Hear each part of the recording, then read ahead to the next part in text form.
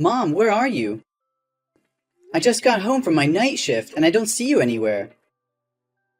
You don't normally get up this early, do you? Huh? Who's that? Mom, are you okay? It's me, Calvin, your son. Calvin? Oh, Calvin, my dearest baby. Why are you texting me now? Shouldn't you be going to school now? Mom, I finished high school a week ago. I only need to attend the graduation ceremony in the next few days, so there's no need to go to school anymore. Oh, I see. Why are you texting me now? Shouldn't you be going to school now? Mom, you just asked the same question and I just answered it. Are you sure you're really okay? Oh, really? I just didn't pay much attention. I think I'm still not fully awake. Then why are you texting me? I just wanted to ask where you are. What do you mean you're not awake? Are you hanging out with some friends you made recently and getting drunk again? Well, it's almost the same thing. Mom, are you drinking on an empty stomach again? Seriously, I haven't seen you eat anything lately. The dinner I prepared you last night before going to work is still on the table. Oh, I'm fine. It's just that I don't feel very hungry these days. It looks like you haven't showered for a few days, have you? I just collected the dirty clothes in the bathroom to wash. But I didn't see any of your dirty clothes. And you've been wearing the same clothes for the past 3 days. Are you really okay? I'm losing my patience with you, Cal. Quit nagging me. Worry about yourself, Calvin. I told you, I'm fine. Calm down. I'm just asking if you're all right. It's impossible to have a conversation with you. Well, good, because I don't feel like talking. But really, Mom, you have to take care of yourself. What you're doing is very unhealthy. Why are you acting like my parent? I'm the parent here. Well, obviously, the roles have changed. I'm taking care of you now. Nobody asked you to take care of me. You're not the man of this house. You're just a kid. Okay, I'm graduating and turning 18. I'm the only man in this house since my dad passed away 5 years ago in a hit and run. It carries some weight. Look, I'm just trying to help out. Oh, I feel so free. And I love my kid. Okay, since we're talking about school, are you still coming on next Friday? For what? Calvin, you're messing up my chill. God, it's annoying. The message alarm just keeps ringing. For my high school commencement. Well, I don't know. I'll try. I might be busy, though. I might. It's the ceremony for my high school graduation. I have to give my valedictorian speech because I'm the honor student receiving a scholarship from a top university. Ugh, Calvin, seriously, it's not a big deal. What's the problem? This is a big deal! Mom, what's wrong with you? You were just excitedly talking about, oh, my baby's graduating 1 week ago. Now it's not a big deal with you anymore? Okay. Whatever you want. We'll talk about this after you get home. By the way, I just got my salary from my part-time job today. So I've saved up enough money to pay my tuition fees for the first year and still have some left over. So tonight, we're going out for a meal to celebrate. I'll treat. Oh, the college money thing? I was going to talk to you about that, too. Oh, you don't have to worry. I've already saved enough money. Next year, I'll continue working part-time to earn more money for the next year's tuition. You don't need to worry about that. Oh my God, Mom, where's all my money?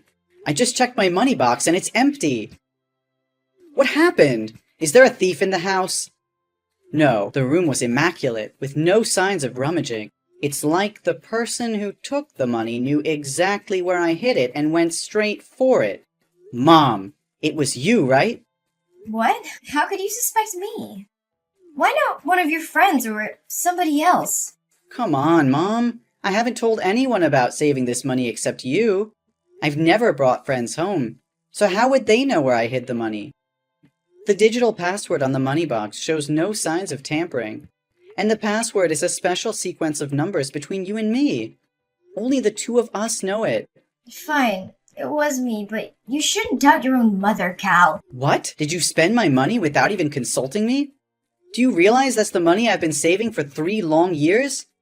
I had to work 2 or 3 part-time jobs during the holidays, and even take on night shifts. Even during the school term, I worked as a babysitter or gardener for the neighbors just to save every penny.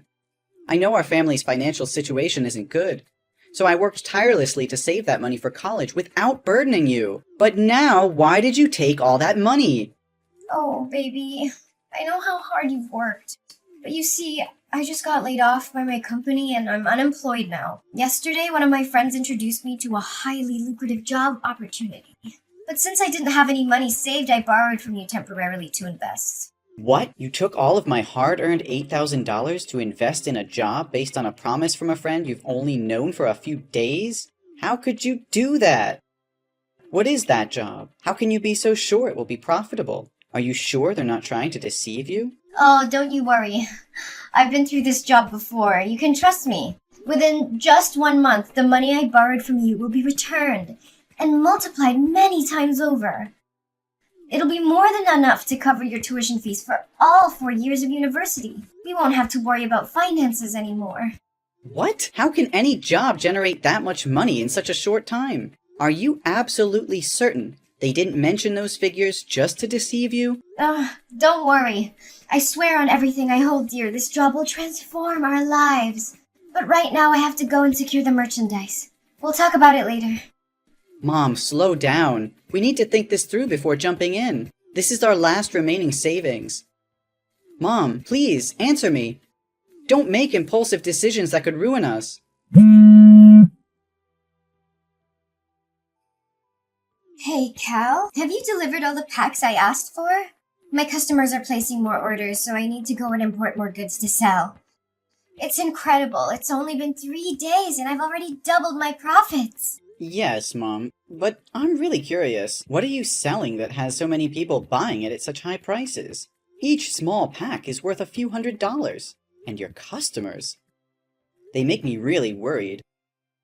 I see students, elderly individuals, and even some rough-looking people with tattoos.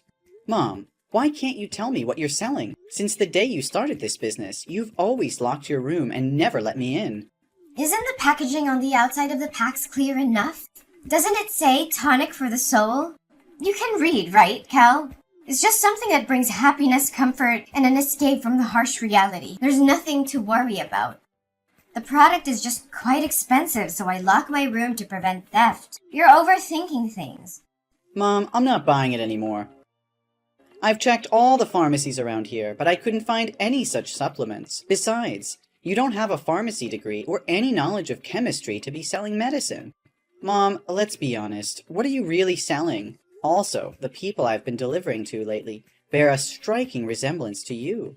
They all have needle marks on their arms, just like you. What are you talking about?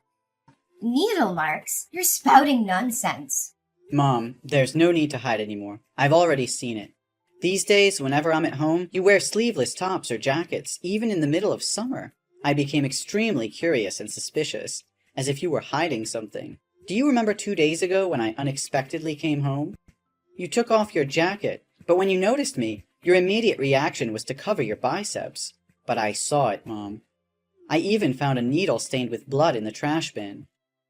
You're being overly sensitive. Those marks on my hands are simply mosquito bites. Needles? Syringes? They certainly aren't mine. Some scoundrel must have thrown it in our garbage bag. Mom, are you kidding me? So now you expect me to believe that someone broke into our house just to throw a used needle in the trash? What kind of excuse is that? It's more absurd than anything I've ever heard. Ugh, sometimes I wish you weren't so intelligent, Cal. Fine, I know that what I'm about to say will change the way you look at me for the rest of your life. You'll judge me, criticize me, and stigmatize me. I'm sure of it. Mom, what's going on? Why does it sound so serious? I promise, no matter what it is, I'll always love you and stand by your side. Well, let's see. I'm an addict, Calvin. It's been going on for the past 3 months. Those times I said I was looking out for a job, there were actually moments when I was buying drugs and getting high on a street corner before returning home. And those times I said I was out drinking with new friends, they were the people selling me drugs. And I was high until you texted me. What? You're using drugs? How is that possible? You've always taught me that drugs are poison, that they destroy the human body in the most dangerous ways. You warned me never to listen to friends or anyone who suggested trying them. Not even once. You said addicts are selfish, self-centered, useless, and beyond help. How can you be like this now? It must be because of those bad friends you've made recently. Give me their addresses, and I'll make them pay. No, Calvin. It's not their fault. It's me. I couldn't control myself, and I relapsed. All those terrible words I used before. They were the words I had for myself. I wanted to change, to be a good mother, but in the end, I fell back into that sinful path. What? A relapse? But have you ever used drugs before? Why haven't I noticed any signs all these years? Yes, Calvin, that's right. It's a secret I wanted to take to the grave so you wouldn't have to know. The truth is, I've been battling addiction since I was 14 years old. When your grandparents divorced when I was young, no matter where I lived, they were often away on business trips. That left me with a lot of freedom and the pocket money they gave me. It was a recipe for disaster. I made a friend, someone I thought was amazing, and we had a lot of fun together. But one day, when I went to her house, I met her mother. She was an addict, and she offered me my first OxyContin. She simply said, "You should try it." And what happened? Please tell me you refused. I wish I did, honey. But I was curious at the time, so I took a pill. The thought that crossed my mind was, I want to feel like this for the rest of my life. It was the perfect escape for me. And from that moment on, I spiraled into addiction, using all the money my parents gave me to buy drugs every day. But then they found out I was high in my room, so they cut off my funds. But the grip of addiction was unbearable, so I became a drug dealer for my friend's mother in exchange for my own supply. For 6 years since I first tasted the allure of drugs, I tried various stimulants, from heroin to synthetic substances. And during that time, I mistakenly believed I was living in heaven. But you said you'd recovered from addiction. What happened, Mom? That's true. Something heartbreaking happened that jolted me awake from my complacency. My best friend died of an overdose right before my eyes, and I was too high at the time to help her. By the time I regained my senses and called for an ambulance, it was already too late. I blame myself every day because I introduced her to drugs. Despite growing up with an addicted mother, she fought hard not to become like her. But it was my influence that led her down that path. I was desperate at that time and got caught by the police, who sent me to a youth rehab center. It was there that I met your father. How was my dad? I thought you met him while he was working as a doctor at the local hospital. Why did you meet him in rehab? Your father was actually an intern at the rehab facility that year. Unlike others, he didn't treat addicts like me as scum. He was compassionate and supportive throughout my recovery journey. We grew close, and he became my beacon of hope. Since then, I have stayed away from drugs. So why, after almost 18 years of being clean, did you fall back into addiction? After your father passed away, I fell into a deep depression, feeling unloved and contemplating suicide. The thought of leaving you alone in this world held me back. The pressure of making money and the constant feeling of failure, as I couldn't achieve financial success, left me exhausted. Finally, being fired from my job was the last straw, and I completely fell apart. Why didn't you tell me all of this earlier? I foolishly believed that everything was fine. Don't blame yourself, honey. It's not your fault. It's my own incompetence. I was so consumed by grief that I went to a bar to drown my sorrows. And there I happened to encounter the mother of my late best friend. She approached me, and I, being foolish, disclosed my situation to her. She manipulated me once again into selling drugs in this area. Initially, I hesitated, but she both seduced and threatened me. She said if I didn't become a drug dealer again, she would come to you and expose all my embarrassing past. And the allure of making a lot of money convinced me to give in to her offer. What? Please don't tell me. Inside those packs are drugs. Mom, that's illegal. I even helped you deliver them today. Not only will you end up breaking the law and going to jail, but I could also get caught, and it would ruin my future. Oh, don't worry, honey. They won't arrest you. You're still just a kid, and they didn't arrest me back in the day. You were just helping me with the deliveries today. If the police found out, just say you didn't know anything. Mom, I'm 18 years old. I'm an adult, and I'm old enough to face the consequences of my actions with the law. What? No way. I always thought of you as just a kid. What should I do?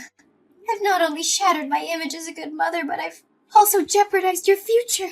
I never wanted this for us, Calvin. I never wanted to be an addict, but I couldn't escape its clutches. I'm so sorry for failing you, for failing as a mother. I know it's unforgivable, but I did it out of desperation. The addiction consumed me and I lost sight of everything else. I thought I could handle it, that I could hide it from you and protect you from this darkness. But I failed, and now everything is falling apart. Mom, I can see the desperation in your eyes, but giving up is not an option. We can't let despair consume us. We have to fight for a better future, for your well-being, and for our relationship. We need to confront this head-on and seek help. Rehab can provide the support you need to overcome your addiction once again. Calvin, I just don't see a way out of this darkness. The weight of guilt, shame, and the realization of the pain I've caused is crushing me. How can I ever face myself, let alone society? I know it feels overwhelming right now, but we can't let despair dictate our choices. We have to confront the consequences of our actions and seek help. It's the only way to break free from this cycle and find redemption. Redemption? Do you really believe it's possible for someone like me? I've betrayed everything I stood for, everything I taught you. How can I ever make amends for that? Mom, redemption is not about erasing the past or pretending it didn't happen. It's about acknowledging our mistakes, taking responsibility, and committing to change. It won't be easy, and there will be obstacles along the way, but it's a journey worth taking. But what about society? They will never forgive me. They will always see me as an addict, a failure, a burden to society. They view us as criminals, as failures. Even if I go to rehab, who will hire me afterwards? Who will give me a chance? I'll be forever labeled as an addict. How can I face their judgment, their scorn? Society can be harsh, Mom, but there are also compassionate people who understand the struggles of addiction. Besides, you still have me. I'll always be here and accompany you like my father did with you. We can find a path where you can heal and rebuild your life without constantly living in fear of judgment. I want to believe, Calvin. I want to believe that there's still hope for me, for us. I'll try. For you. For our future. Please help me find the way out of this despair. Mom, that's all I could ever ask for. Together, we'll find the help you need, the support you deserve. Mom, where are you? Mom? The hospital just called me and said you ran away. Where did you go? You just escaped death. Calvin, I'm sorry. I'm really sorry. I couldn't contain myself. I never wanted this, Calvin. I never wanted to go down this path again. But the pain, the emptiness inside me grew so intense that I found myself drowning in desperation. I thought I could handle it, that I could find an escape. And then the devil's whispers echoed in my ears, tempting me with false promises of relief. Why don't you just let me die of an overdose? Why are you trying to save my life? And now I have to live in humiliation. I don't dare see you again. Mom, please don't say that. Don't give up on yourself. I can't bear the thought of losing you. I'm scared, Mom. Scared of what might happen if I can't find you in time. You have no idea how scared I was yesterday morning. I was getting ready to go to school for the graduation ceremony when I heard a loud noise coming from your room. I felt so nervous, so I opened the door to check. The scene I witnessed still haunts me. You were lying on the ground with a needle in your lap, covered in vomit and foaming at the mouth. Your whole body was twitching, and it seemed like you'd passed out. I was terrified and immediately called 911. If I had left even a little bit earlier that day... Calvin, I'm so sorry for putting you through all this pain. I never wanted to hurt you. The depths of my despair consumed me. clouding my judgment and blinding me to the love and support you've given me. Mom, you're not alone in this. I know it's hard, but we can fight through it together. Your life is worth living, worth fighting for. I won't let you slip away into darkness. Please, let me help you. Help me? Calvin, I'm beyond help. I've let you down, failed as a mother, and now I'm dragging you into the depths of my own despair. I can't bear to see you suffer because of me. No, Mom, you haven't failed me. We all make mistakes, and I refuse to believe that this defines who you are. You're so much more than your addiction. You're my mother, the one who raised me, loved me, and supported me. I can't abandon you now, not when you need me the most. But Calvin, don't you see? I'm trapped in this vicious cycle. Every time I try to escape, it pulls me back in. I can't bear the pain, the shame, and the weight of my own mistakes. It feels like there's no way out. Mom, I can't just stand by and watch you carry this burden alone. The guilt and shame will eat you alive, and I can't let that happen. We have to go to the police together, confess everything, and reveal who provided you with those drugs. We can't let them get away with destroying our lives. No, Calvin! I won't let you sacrifice your future for me. You deserve a chance at a normal life, free from the consequences of my actions. I can't bear to see you suffer because of my mistakes. I'm already drowning in guilt, and I can't drag you down with me. You think I care about a normal life? Mom, all I care about is you. We're a family, and families stick together no matter what. I won't let you face this alone.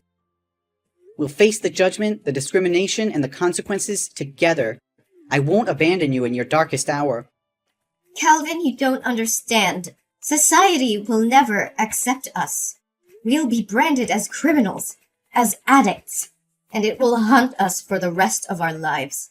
I can't bear to see you suffer because of my mistakes. I want better for you, a chance to break free from the cycle of pain. Better for me? Do you think I'll ever be better if I abandon you now? We can't escape our past, Mom. It will always haunt us, no matter how much we try to hide. The only way to truly move forward is to face it head on, to take responsibility for our actions. You think there's still hope for me? Look at me, Calvin! I'm a broken, hopeless mess. It's too late for me, Calvin. I'm tainted, damaged beyond repair. But you still have a chance. You're young, talented, and full of potential. Save yourself and leave me behind. It's the only way for you to have a future worth fighting for. I'd rather face the consequences alone, no matter how severe they may be. No, Mom, I won't leave you behind. We're in this together through thick and thin. I can't imagine a future without you, and I won't let you give up on yourself. We'll face the world together, and we'll prove them wrong. We'll show them that love and support can conquer even the darkest of times. Just come back to the hospital, okay? After you completely recover, we'll go to the police station together. I'm terrified, Calvin. Terrified of the unknown, of what lies ahead of us. But seeing the determination in your eyes, the unwavering love you have for me, gives me a glimmer of hope. Maybe, just maybe, we can find a way to rebuild our shattered lives together. Let's face this storm, hand in hand, and never let go. After a long and arduous legal process, Mom was sentenced to 7 years in jail for her involvement in illegal drug trafficking. It was a heavy blow to both her and me, knowing they would be separated for such a long time. However, there was a glimmer of hope amidst the darkness. During the trial, Mom made a courageous decision. She decided to reveal the identity of the leader of the drug ring, providing crucial information to the authorities. Her willingness to cooperate and assist in dismantling the operation earned her a reduction in her sentence. Instead of serving the full 7 years, her sentence was reduced to 5 years. As for me, the court recognized my genuine remorse, and the fact that I had been caught up in my mother's desperate struggle. Despite my involvement in transporting drugs, the judge saw potential for my rehabilitation, and granted me a suspended sentence of 1 year, giving me a chance to turn my life around. The sentencing was bittersweet, as we knew we would be apart for a considerable period. But it was also a turning point, a chance for us to rebuild our lives and make amends. We held on to the hope of a brighter future, even in the face of adversity. While Mom served her time behind bars, I dedicated myself to self-improvement. I pursued education and counseling, determined to break free from the shadows of the past. I surrounded myself with positive influences and used my experience to raise awareness about the dangers of drug addiction. As the day of my mom's release approached, I eagerly awaited her return. I had grown into a responsible and compassionate young adult, ready to support her transition back into society. Together, we embraced the second chance life had given us, determined to make the most of it.